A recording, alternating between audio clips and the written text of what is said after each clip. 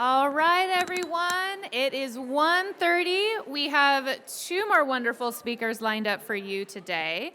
And I'm going to introduce our next one, Abigail Esquivias. And she is the Director of Community Partnerships and Advocacy with the Social Justice Collaborative. And she will be talking about responding to urgent and ongoing needs for immigrant communities. Thank you, Abigail. Hi, everyone. Thank you so much for having me here today. Again, my name is Abigail Esquivias. I serve as Director of Community Partnerships and Advocacy with Social Justice Collaborative.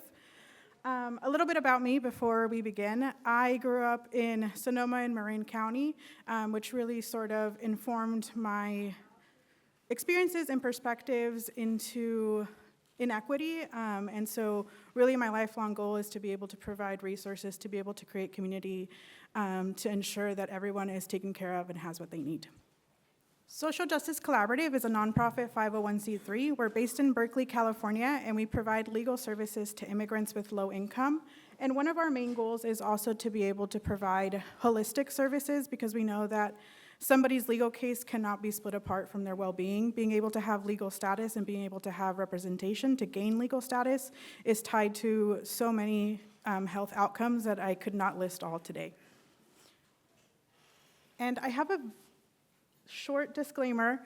The presentation is for informational purposes only. I am not an attorney, so I won't be able to answer legal questions, but I can certainly answer any questions about general knowledge, general information, or general questions about the immigration system, the work that I do, and sort of what we're seeing on the ground. I have a short video that sort of explains our work coming from the perspective of our staff and our clients. I think that it's really important to be able to uplift narratives from folks that have experienced, either through themselves, their loved ones, their families, their friends, the immigration process. So hopefully we can get this to work.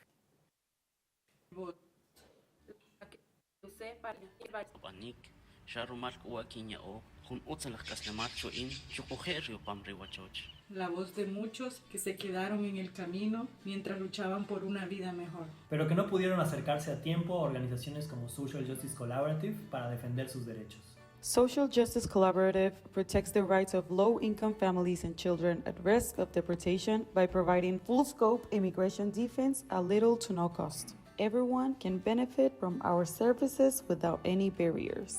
Our mission is to ensure equal access to justice and opportunities for all immigrants. Every individual deserves the resources, legal status, and security that are essential for thriving life. Our efforts extend to advocating for policy changes that prioritize the rights and well-being of immigrants. With unmatched expertise cultivated over a decade, innovative use of technology, in-house interpreters, our holistic approach, and an extraordinary culturally educated staff, we are winning at least one case a day. Gracias por creer en mi voz y usar la tuya por aquellos que están luchando en silencio.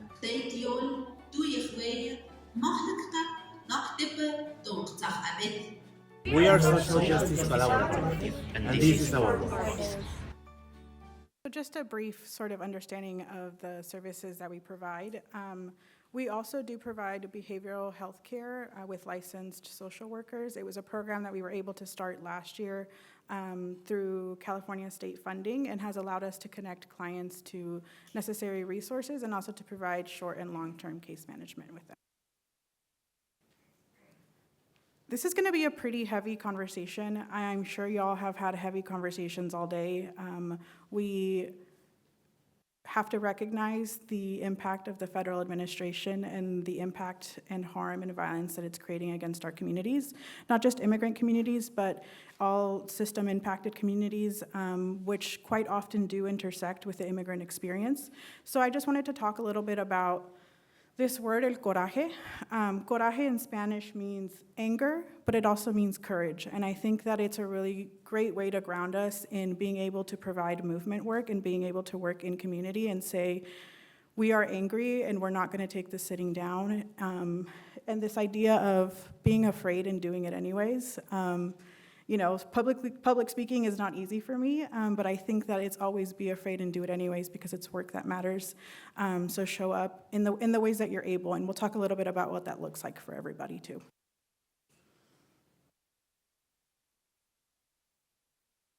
I wanted to cover just a few important numbers because I think it provides perspective to both the work that SJC does and also the communities that we serve. So SJC was founded to serve those seeking refuge, families forcefully displaced from their homes, survivors of state-sanctioned violence, and individuals whose human and civil rights have been violated. A majority of our work is for folks who are in deportation proceedings to be removed from the United States, and a lot of those folks tend to qualify for asylum or for what's known as special immigrant juvenile status for our unaccompanied minors. 95% of our clients speak Spanish and Mom.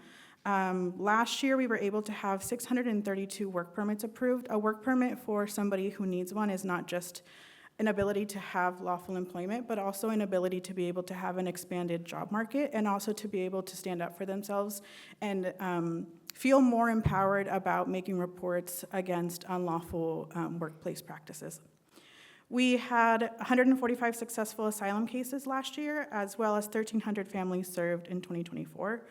And then I always place this data point here of 120 million people displaced worldwide. That's counting both outside and inside of their country, because we know that the immigration system inside of the United States is also tied to the decisions that happen at a global level, at which the United States is often at the table at.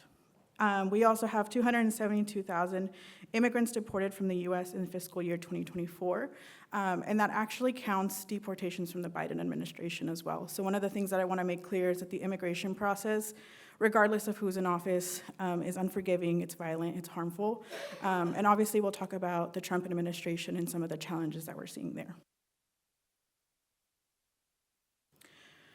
I want to talk about some key terms because I'm going to be throwing them out and I want people to understand what I'm saying. Sometimes I'm talking to my friends and they're like, Abby, you're using 18 acronyms and I have no idea what you just said. So I want to talk about asylee and refugee, which I just talked about. So this is individuals in the US or at a US port of entry who have fled their home country due to persecution or well-founded fear based on one of the memberships listed here. So an asylee is someone who's asking for asylum in the US or at a port of entry, and a refugee is someone who asks for refuge outside of the United States, so that's sort of the difference there. An undocumented immigrant is a person residing in the US without legal immigration status. An unaccompanied minor is a child who enters the US under the age of 18 without a parent or legal guardian who lacks lawful immigrant status. The defensive process, which is what I said SJC specializes in, is a process used for individuals that are already in deportation proceedings. In this case, the individual defends against removal before an immigration judge. Then there's also what's called an affirmative process. I think this is a process that most folks tend to be familiar with. If you've ever heard of someone say, I'm asking for a family member, or I married a US citizen, that's typically through an affirmative process where you're applying with United States citizenship and immigration. And removal defense is the legal process by which we defend people who are in the defensive process. And the federal alphabet, because we'll also be using these acronyms, the Department of Homeland Security is sort of the umbrella. I think that folks, unfortunately, are more familiar with these terms now. USCIS, I just spoke about, they're sort of in charge of applications such as green card citizenship, family-based petitions. CBP is tasked with securing US borders and handling immigration inspections, although that has changed slightly under the Trump administration. They've been more authority and more power, and ICE is also responsible for enforcing immigration laws, including detention and deportation. And then something just to keep in mind, which, you're all in this room, so I feel like folks in this room are well aware, that immigration challenges are rooted in systemic issues, often driven by racism and xenophobia.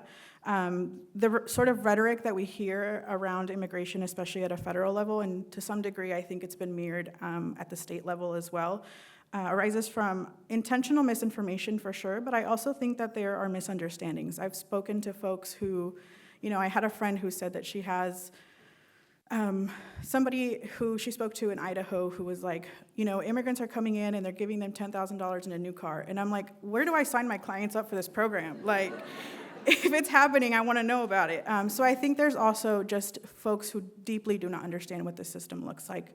And also just gaining a deeper understanding of what it is helps us to understand the harmful misconceptions that are put out there.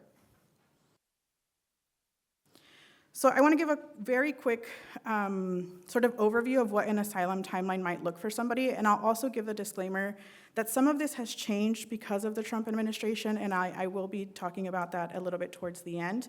But this is what it looked like in a traditional sort of process if we were talking about this maybe a year ago. So someone enters the United States, so that means that they can either cross the border unidentified or they can arrive at a port of entry and ask for asylum.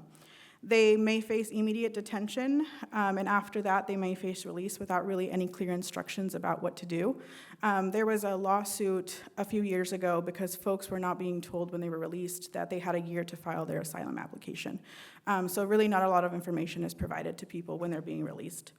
And then there's uncertainty about, your legal rights and sort of the next steps that happen. So then the next phase is hopefully you find someone who can legally represent you, because not everybody does. Be able to file an asylum application within the 1-year deadline, and be able to collect evidence to support your case. And in many cases, being able to collect documentation about why or how it is you were persecuted is very, very difficult. And there's often no legal help during this stage. A lot of folks actually don't find legal services in time. Then you have to wait for your court date. Typically, you have a multiple number of court dates, and what's called the individual calendar hearing is when you go to the judge and you present your case, and that can take years to be able to have. Right now, we're getting court cases scheduled out to 2028, 2029. You must attend multiple hearings in this complex legal process, and if you miss a notice, you don't get it in the mail, you don't see it, you don't have an attorney who is able to keep track of those things for you, you could get a removal order because you didn't show up to court. And then after many, many years, hopefully asylum is granted or denied. If it's granted, they can become eligible for a green card, typically after 1 year of being in asylum status. And if denied, they may face deportation or go through an appeals process. And people can be put into deportation proceedings for a variety of reasons. It can include immigration violations, being caught at the border, criminal convictions, contact with law enforcement, application denials. And then I just put some statistics up here about what it looks like the backlog and sort of what we're dealing with when talking about how long it takes to get through an immigration case, and the difference that it makes when somebody is able to have an attorney and is able to have legal services through their court case.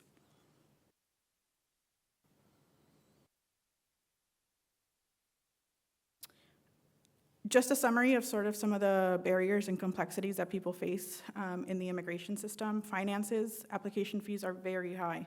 So although you might have someone like SJC who's not charging you for services, is able to provide those services pro bono, you're still having to pay the government fees to be able to process your application. And unfortunately, the Trump administration has made that harder by making fees even higher, not providing a fee waiver for those. So in some cases, if you're applying as a family, it can be in the thousands of dollars that you're having to pay more. Again, we talked about processing times. One of the realities is just a lack of a pathway. Unfortunately, we get a lot of folks at SJC who do a free intake with us, and they just don't have a pathway forward because there's no pathway of relief. Representation is limited. Organizations like ours are doing the best that they can to make sure that we're reaching as many folks as we can, but the capacity has always surpassed the amount of providers that there are. Language access is an important one. I think that in the Bay Area, we do a really good job of being able to say this provider is really good because they provide these services and this language access, and this provider provides this language access, and sort of not trying to overlap and trying to work together to meet the needs of the community. And then obviously mental health. There's fear, trauma, and instability that take a toll on mental health, often without access to care, which is going to be made more difficult by the Medi-Cal enrollment freeze that we're going to be seeing here in California for undocumented individuals. So to talk a little bit about the Trump administration, because we have to, there are policy changes and legal rollbacks. We have seen the Trump administration try to implement what they're calling an asylum ban. We've seen them challenge DACA. We've seen them challenge TPS. Unfortunately, SJC was one of the organizations affected by the federal funding cuts that we saw earlier this year as well, and that affected the legal services for unaccompanied minors. We also are seeing enforcement and targeting of immigrant communities, which Unfortunately, we are foreseeing will get much worse considering the $170 billion under the ugly whatever bill he calls it, that is giving $170 billion to immigration enforcement. And also just rhetoric and political climate. When I was giving this similar presentation earlier in the year and late last year, we were seeing in California how a lot of the rhetoric around immigration had shifted to the right as well. So we obviously saw that on a national level, but we were also seeing it in California with people who used to be champions of immigrants sort of change their tune and start to say like the money's not available or this is not a priority. And so I think that it has a bigger impact than just the federal level. Obviously, we are seeing some good things come out of California. California has always been a leader in some of these policy and even funding immigration legal services through public funding is something that California led, but it's sort of a balancing act with them. And yeah, against funding freezes, organizations have received letters from the federal administration threatening them because of the work that they do.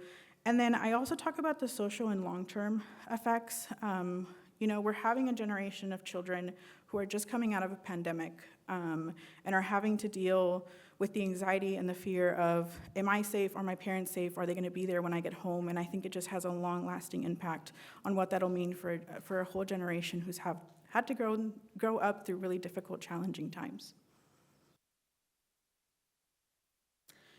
Some of the stuff we're seeing locally, obviously, is a backlog at the court. Like I said, we're seeing court dates set out until 2029. We have cuts to legal services for unaccompanied minors. Thankfully, SJC is one of the organizations who was able to recover funding, so our program is back on track, but unfortunately, that's not the case for all organizations.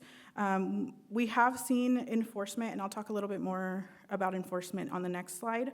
We're seeing, you know, the move to open new detention centers, even though advocates have worked really, really hard to make sure that detention centers get closed.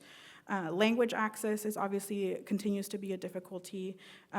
Threats to local sanctuary policies. We're successful in advocating the city of Berkeley to codify their resolution for sanctuary policy into a city ordinance. The city of Berkeley was actually, a city who was listed as a target under the Trump administration for their sanctuary policies. And community-based orgs are stretched thin. I think partnerships, and the reason I'm part of partnerships and advocacy is because they're so important. Being able to work with partners who are invested in this work, who want to provide assistance to this work in any way they can is so important. And just being sort of knowledgeable about the resources and what this process looks like is so helpful to people. So we have seen mass enforcements in parts of California. We've seen it in the Central Valley and in Southern California. People need to be ready and stay informed. There's rapid response networks, there's legal providers, there's a lot of folks who are making sure that if this does happen in our communities, we're as ready as we can be. But I do remind folks to only share verified information, and we'll talk a little bit about more what that looks like as well. In the Bay Area, there have been targeted enforcements. So we've seen folks abducted at court hearings, ICE check-ins, and even in public spaces. And everyone should know their rights, understand their local sanctuary policies, and also learn about salud and lucha, which is sort of the steps that you take when you're observing ICE action, and I'll show a slide on that as well. So just a quick summary of what we do at SJC. We provide full scope representation, so that means that we're with the client from day one, submitting their application, going to court, making sure that they're represented. We have pro bono legal clinics so that folks can get services without any charge to them. We do know your rights trainings and education similar to this. We do social service navigation through our behavioral health care program. We also have behavioral health support. Digital literacy is a really big one for us, and it's something that we're always looking to partner on. Through the pandemic, we had to really pivot how we do work, and we had to teach our clients, how to get online, because a lot of our clients don't have experience with a computer or with a phone, with a smartphone. So I'd ask them, like, hey, do you have an email? And they're like, no. And I'm like, do you have Facebook? And they're like, yes. And I'm like, okay, so there's an email somewhere. We just need to be able to find it. And advocacy and systems change is something that's also really important to us across the state of California. This is a list of the legal services that we provide, and it's not non-exhaustive, like these are not all of the options, but these tend to be the things that folks qualify for. And again, we do specialize in removal defense, but we also are expertise in affirmative filings. So we also do intakes for free over the phone. Folks just either have to call in. Actually, I think that's my next slide. To refer to SJC, you know, folks can call in and just say, I'm looking for an intake and be scheduled. Right now, our wait list is about 1 to 2 months, which is a lot shorter than a lot of other wait lists, but I still encourage folks to get on the wait list as soon as possible. And then there's also an online referral form that can be found on our website. And I'll share QR codes to all of the links, including this form at the end.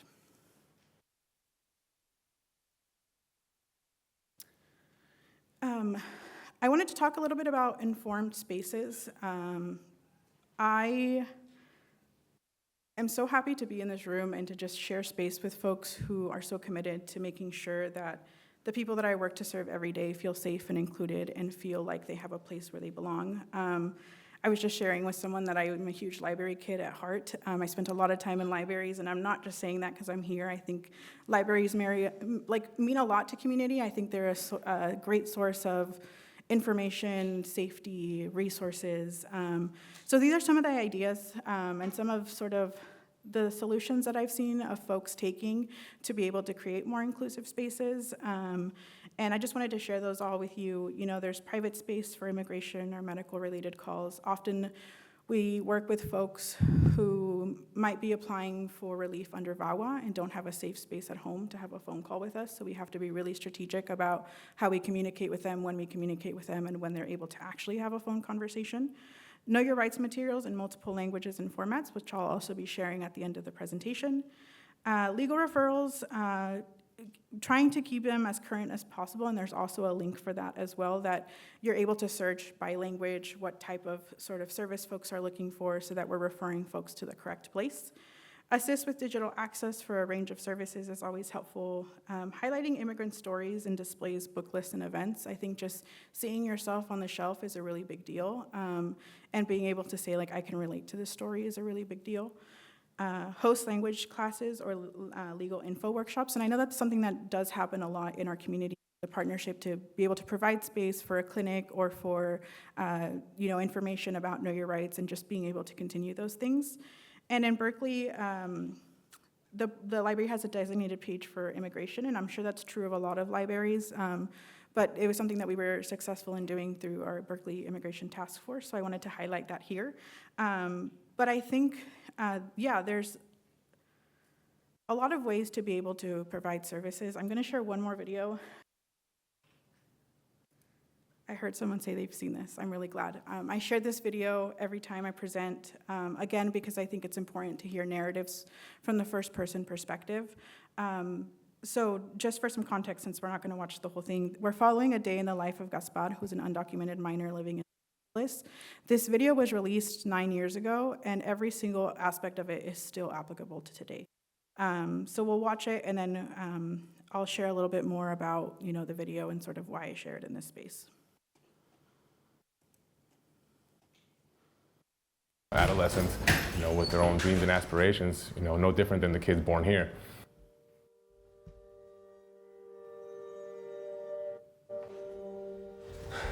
Each kid has a different story. Each kid has a different life. Each kid has something to offer. They're here to make something of themselves because they couldn't in their own country.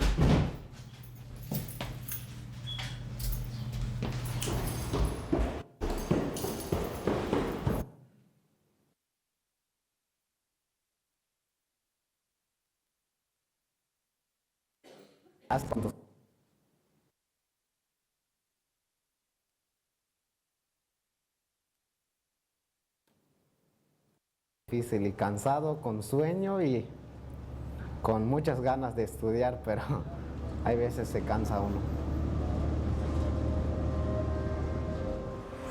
Te la presto tu radio, güey. Es que necesita serie más de emergencia. Hello, picture. Órale. Hola, gaito. ¿Dónde está el pedo, Fredo? Espera un rato acá. So a lot of these kids, it's very common that they work, but unfortunately it's very common that they also work in, very, very poor conditions. Other kids that, you know, will do a full day of school and then do a 12-hour shift at night and get like 4 or 5 hours sleep. Donde trabajo yo, mínimo son 5,000 platos. Da vuelta como más de 30 veces a la noche. It's really hard to articulate just how smart that spot really is. I mean, you know, a lot of these kids are that smart, but because of their, you know, their linguistic obstacles, it's like you know, these mute geniuses that we're missing out on.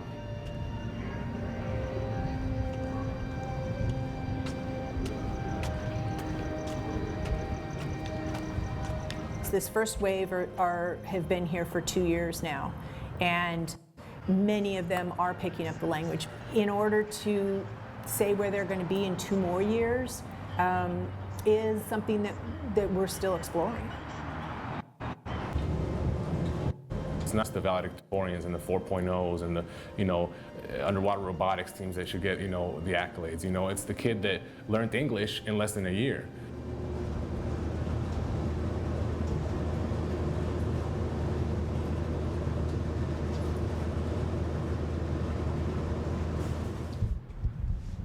Ya me cansé.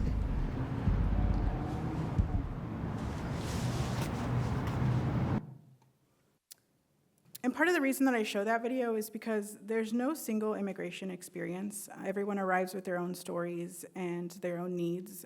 That can look, you know, different from the sort of trauma or persecution that someone is running from, to the sort of language access to they need, to the kind of mental health support that they might need. And much of this work is about finding individualized solutions. There's no one-size-fits-all answer. I'm somebody who wants a one-size-fits-all answer. I'm like, tell me what to do right now and I'll do it and we'll fix it all. And it would be amazing if that's how we could do it. But I think if we ask the right questions and we look a little deeper at the challenges that we're facing and we make people feel seen, I think that that makes a huge difference in itself. I think there's different ways to step up. I think there's different ways to provide service to folks. I think service advocacy is, you know, something like helping someone navigate a page, which I'm sure a lot of you do every single day. There's institutional advocacy, which means partnering with orgs for things like legal clinics or legal information. And there's also everyday advocacy, supporting California and local efforts to support undocumented folks. So I think sometimes we try to find like the one solution forward, and it's a bunch of little pieces that form the solution forward. I'm going to talk very briefly about Know Your Rights because it's important. I will say if someone hasn't taken a full Know Your Rights presentation, definitely urge folks to. I think it's important for everyone to know their rights, for yourself and for your neighbors and for your loved ones.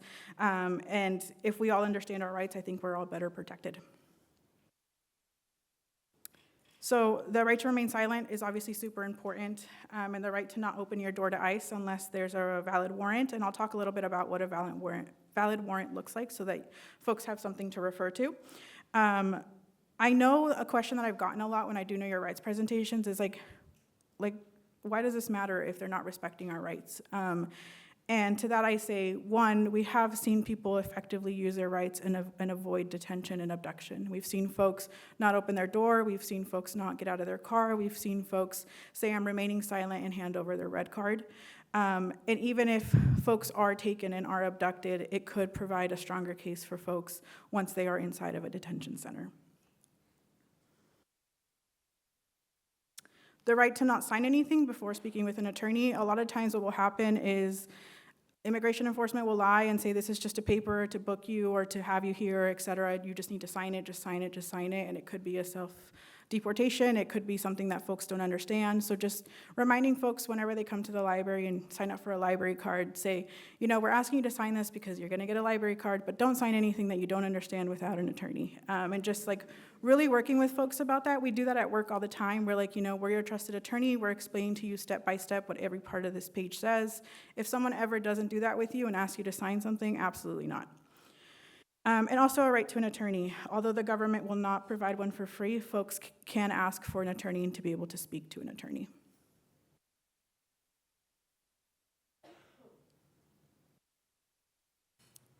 And I wanted to talk about the rights that folks have in deportation proceedings because it's a sort of question that we've been getting more increasingly for obvious reasons. All of the same rights still apply: right to remain silent, right to, speak with an attorney before you sign anything. Folks also have a right to a court interpreter if that's needed, and a right to see an immigration judge, except for cases of expedited removal, which unfortunately has been expanded under the Trump administration, which means it's a removal process where you don't get to see a judge, don't get to provide your case. Right to an attorney, and right to contact one's consulate, although if someone is seeking asylum, that's not something that is recommended. And another thing that I want to say is if an individual expresses fear of returning to their home country, even if they have a prior removal order, they must be given a special interview to assess their potential claim for asylum. So if someone says, I fear that I'll be persecuted or harmed if I return to my country, they should be given what's called a credible fear interview. Obviously, enforcement officials don't want to do that, so folks have to keep asking and keep asking and keep asking until somebody listens. I hope these are clear enough to see, but I wanted to provide just an example of what a judicial and ICE warrant, also called an administrative warrant, will look like. So I talked about a valid warrant earlier. The one that says United States District Court at the top, this is what a judicial warrant might look like. And the way that you can tell, it says, District Court. At the bottom, it has a space for the judge's signature. In the middle, it's a little bit hard to read from far away, but there's details as to who the warrant is for, what address, what parts of the address, and if any information on there is not correct, like, they find somebody at a different house that the warrant is not for, then that warrant is not valid. So folks always have to ask for a valid warrant, slide it under the door, do not open the door, take a picture of it, and if they can figure out if it's a valid warrant or if they have an attorney, be able to send that right away. And then on the other side, we have what's called an administrative warrant. So often ICE does not have a warrant at all, and if they do, it's usually an administrative warrant, and you can tell because it says U.S. Department of Homeland Security, warrant for arrest of an alien, and then at the bottom, it's just a signature for an authorized representative. So it's just ICE signing their own warrant saying, we can arrest you. So that's what would not be considered a valid warrant. If they are showing that, folks do not have to open the door. Folks are taking pictures, so I'll wait a little bit.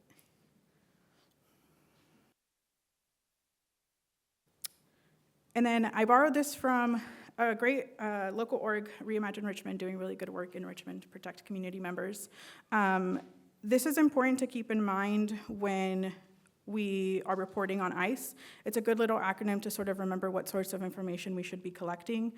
So size of the group, how many agents are there, how many vehicles are there, be able to get, if you can, videos and pictures of those vehicles, license plates, so that we have those in community records. Activity, like what are you seeing? Is it at a workplace? Is it a traffic stop? What did you see before you arrived, before you pulled out your phone to start recording? Location, where are you? What's the address? Are there any landmarks that make it easier to know where this action is taking place? Are they wearing uniforms? I'm part of the Rapid Response Network in Sonoma County, and I responded to a community had reported that ICE action was happening. I had been on a couple before then, maybe 3 or 4. And, it was early in the morning. I was on my way to work. I was hoping that I was just going to show up and it was going to be another false alarm. And it wasn't. I witnessed a community member be abducted in the back of a brown van. It was 5 unidentified men. They refused to identify themselves. They were wearing masks, in plain clothes. And the reason that I share the salute mechanism is because it's difficult to know how you feel in those instances until you're there, and it's really hard to remember, this is the information I'm supposed to gather, this is what I'm supposed to say, this is what I'm supposed to do. So I also really encourage folks, if you haven't had a legal observer training, to be able to take one too. They're very informative in sort of what information we should be collecting. And then again, time and date, and also which equipment are they using.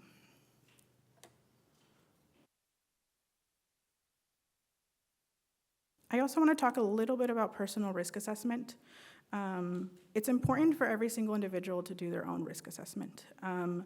Immigration status, pending cases, past contact with ICE or law enforcement, these can all factor into someone's personal risk assessment about how I get involved, what kind of action can I take in my community. This is certainly not an exhaustive list, but it's some questions that folks should be asking themselves when deciding if they want to take action. Having a plan for yourself, an emergency contact, attorney info, childcare, someone who knows where you're going, what you're doing. Avoid bringing documents or devices that reveal personal or immigration information.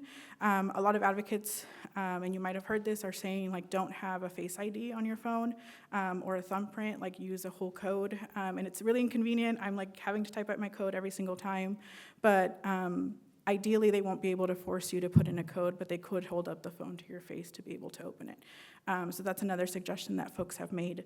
And stay aware of your role. There are different roles to play. Everyone has a lane, and it can look really different for everyone. There's a legal observer, there's direct action, there's showing up to your community and handing out red cards.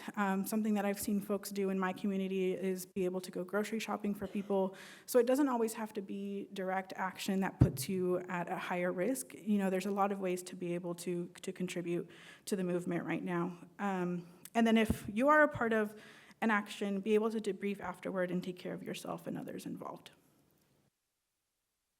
And I want to keep this in mind as we talk about what to do when ICE shows up. I won't be able to provide any legal advice. I'll be able to provide a little bit about what I've seen from a community response standpoint, but I think that personal risk assessment is always something that we have to be considering as we talk about, how do we react to things.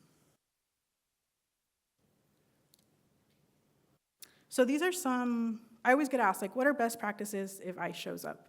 A library is a public space, so it's a little bit difficult to talk about what that looks like, and libraries have their own sort of legal avenues to figure out what might be legal, what might not be legal, to what extent, we can provide protections. So these are not legal advice at all. It's just some things that I've seen from community members that might be worth to take back to your team and say, have we thought about this? Is this something that we could implement in some way or form? So at SJC, for example, we have a designated person to review warrants and to communicate with officials. And if that person is not available, we have 3 or 4 people down the line who would be the next people to be able to do that. We ensure that staff understand local sanctuary policy, whether that be city, county, or state, depending on where you are located, and be able to receive training on it. I think sometimes, because we've been so conditioned to listen to authority, it's easy to receive an email or to receive a call from ICE and they're like, hey, I'm looking for this information, and to just be like, oh yeah, I can provide this. And so I think working against that conditioning and questioning things and saying like, wait, that's not information that I can just freely give out. Assess your own personal risk before engaging, as we just talked about. We have private property and restricted access signs where those are appropriate, where people would need permission to be able to access. If ICE does show up, have a plan to notify the Rapid Response Network as soon as possible so that they are aware that action is happening and can provide their services and their support as well. And record the situation if it's safe and lawful to do so. So that we go back to Salute and Lucha.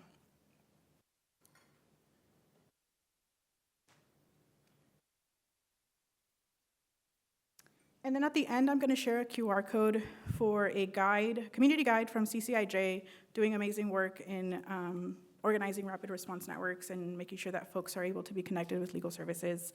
That walks people through the steps after someone you care about has been detained by immigration. There's a lot to consider when someone gets detained. This guide walks through people through steps such as locating a loved one. ICE will lie about where a loved one is.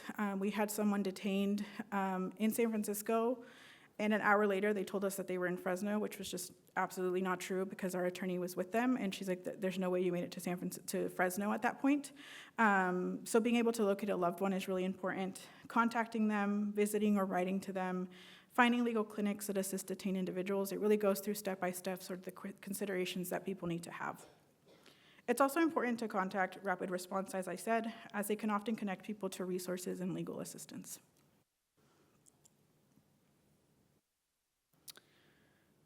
So where do we go from here? I know it's feeling heavy, it's feeling overwhelming, it's feeling challenging, but I do want to provide, I think, just my favorite author writes, hope is a discipline, and I really try to implement that into my life and in the way I do this work. And despite attacks, immigrant communities continue to build and to organize and to advocate and to create and to show up.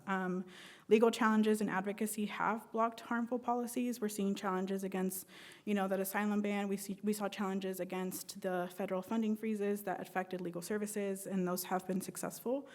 Mutual aid, community organizations, and local protections provide support when the government often falls short. Unfortunately, that is a reality and true, and I think that a lot of folks are willing to step up to provide services and support in whatever way they can.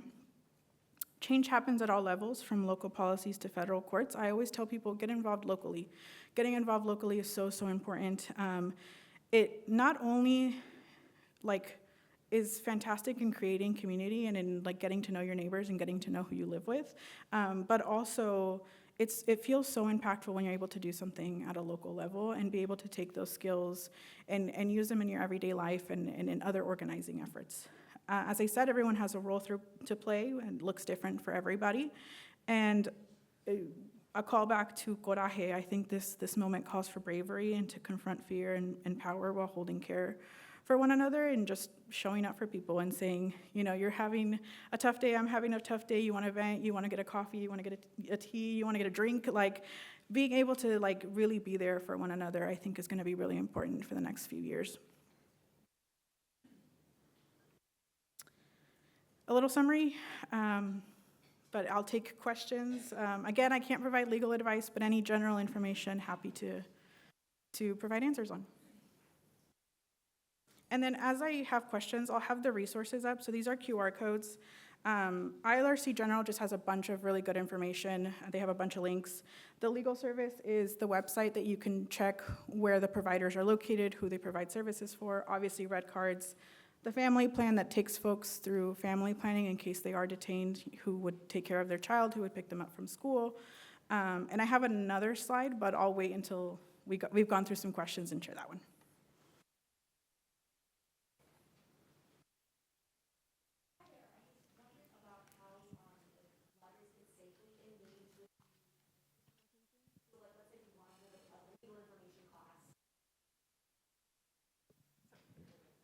Hello?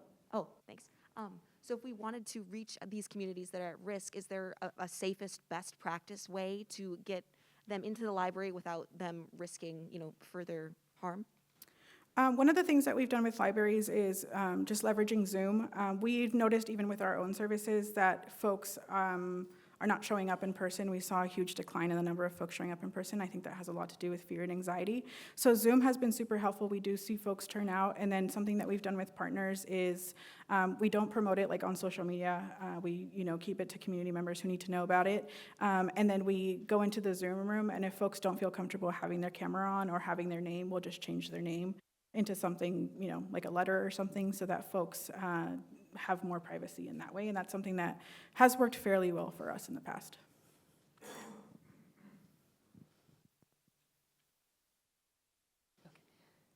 Hi, I had a question. You had mentioned what to report. I was going to ask, where would we report that? I'd heard that the Apple Store is no longer allowing the Ice Watch apps. Yeah, so folks recommend recording directly to the cloud. And then I will say, I gave really brief information here about how to be a legal observer. There are mostly rapid response networks who do trainings on becoming a legal observer that go really into depth into what it looks like. There's different roles, like who's going to be a note taker, who's going to be a recorder, who's going to be the one communicating. But if you just happen to stumble upon an action and are seeing it play out, it's important to have this information.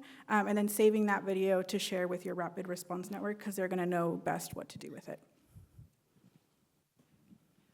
I was wondering, in terms of partnering with organizations, I know that this is a really scary time for people, and so, people are just not showing up to spaces, right? And so, wondering, your organization, what do you collaborate with, say, like church groups or churches or any some other spaces that maybe are not like the library, that are not so public, where people maybe feel more safe? So yeah, I'm just wondering if that's the case with your organization. Yeah. I think it's important to work with folks who already have a trusted community source. I think that's a really big part of why I do partnerships. So we work with non-legal organizations all the time. We do presentations with, of course, with libraries, but we also do it with schools. This month, actually, we're doing a consult clinic with a local school in the North Bay. We also do partnerships with folks who do other services like serving day laborers, domestic workers. Multicultural Institute is a great org based in Berkeley as well. And they have a really trusted network. They've been around for a really long time. We do community workshops with Lifelong to talk about Medi-Cal and sort of getting access to healthcare. We do community outreach workshops with Alameda Community Food Bank. So we really ask clients what it is that they are looking for and what resources it is that they need, and then we go out and find the appropriate partners to create those spaces. I have a question right over here. In your personal risk assessment slide, you mentioned like to avoid having personal documents about your immigration status. So I've also heard advice for, just because there's a lot of fear for people who are immigrants that have legal status still being rounded up by ICE. And I've heard for people like those, like they should have some documents on them, like on their phone, like a photo or something stating that they do have legal status so that they can fight that when they're getting detained. Yeah. So what is your Thank you for asking the clarification. What our attorneys and Know Your Rights presentations have suggested is to not carry anything that indicates what your country of origin is. And if somebody, if an ICE officer were to approach you, you ask if you have the right to remain silent, if you have the right to walk away. If they insist on seeing identification, and again, it's a personal risk assessment for folks of, if I show my ID, is this gonna get more dangerous for me? Am I going to, is there gonna be physical violence against me? It's sort of the conversation that we take folks through. And if they feel forced to show an ID, be able to show an ID like from California. Richmond has like a city-based ID, so some sort of government ID that doesn't show where your country of origin is. But then of course, being able to have proof of status if you do have status in case it gets to that. Hi. I noticed that you had said that folks don't necessarily feel safe giving them signing information or whatnot, and to get a library card maybe, or and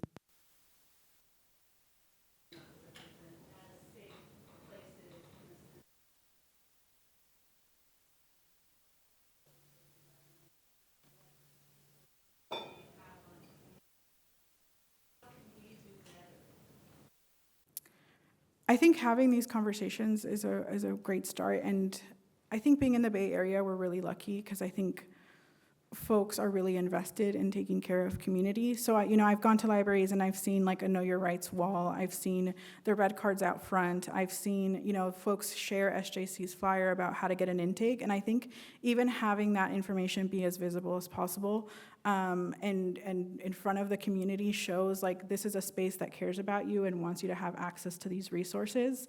And then I think that makes people feel more comfortable to say like, hey, I see this flyer, is this for legal resources, and being able to point folks in the right direction. So I think visibility is a big part of it, and just being able to walk into a space and say like, this space wants me to be connected to the resource that I. Hey, just a quick question in one of your slides regarding recording situations. When would it be lawful to do so and not lawful to do so? Great question, and it's a legal question that I can't answer, but what we say in our legal observer trainings is that generally speaking, public spaces should be okay to have a recording. Obviously, if officers, if your role is to just be a legal observer, if officers ask you to stand back or to move back, being able to show yourself like what I call minimally complying with that, to show that you're not interfering with the arrest, but you're still being able to record because it's a public space. But there's also different laws in different states and jurisdictions, so it's very like general sort of information about what it should be.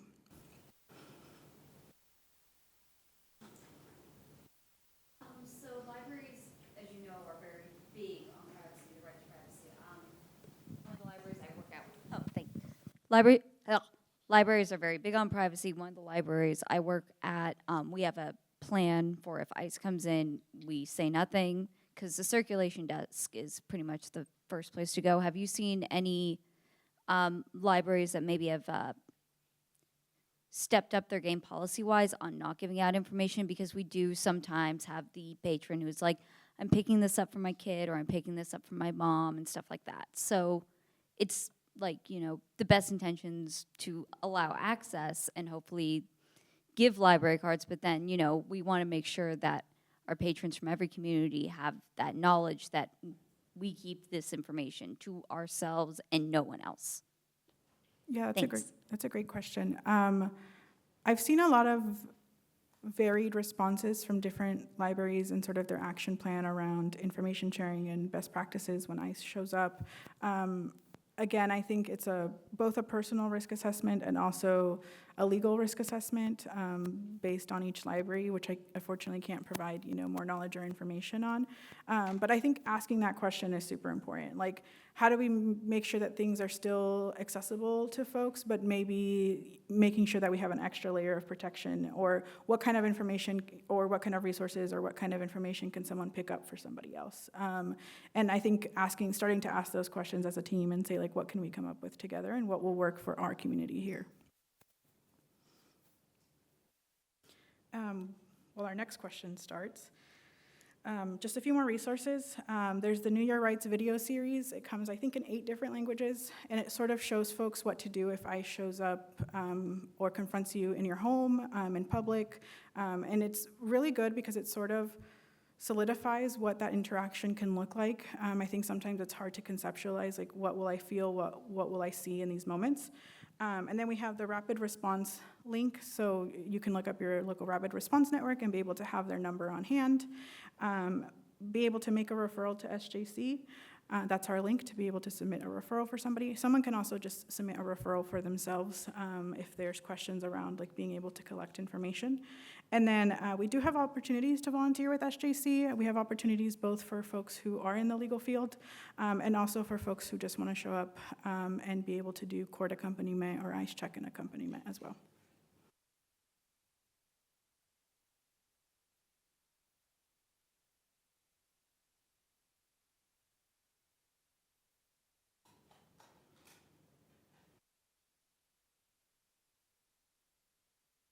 Okay. I will be available for a few minutes after the presentation if folks want to come up, say hi, just meet someone new. I will take recommendations on something that makes me feel like I'm reading The Hunger Games all over again, too. But I'll be right outside if folks want to talk or get my information. I also have it here if folks want to get in contact with me or with SJC or get involved to sign up with our newsletter. Thank you.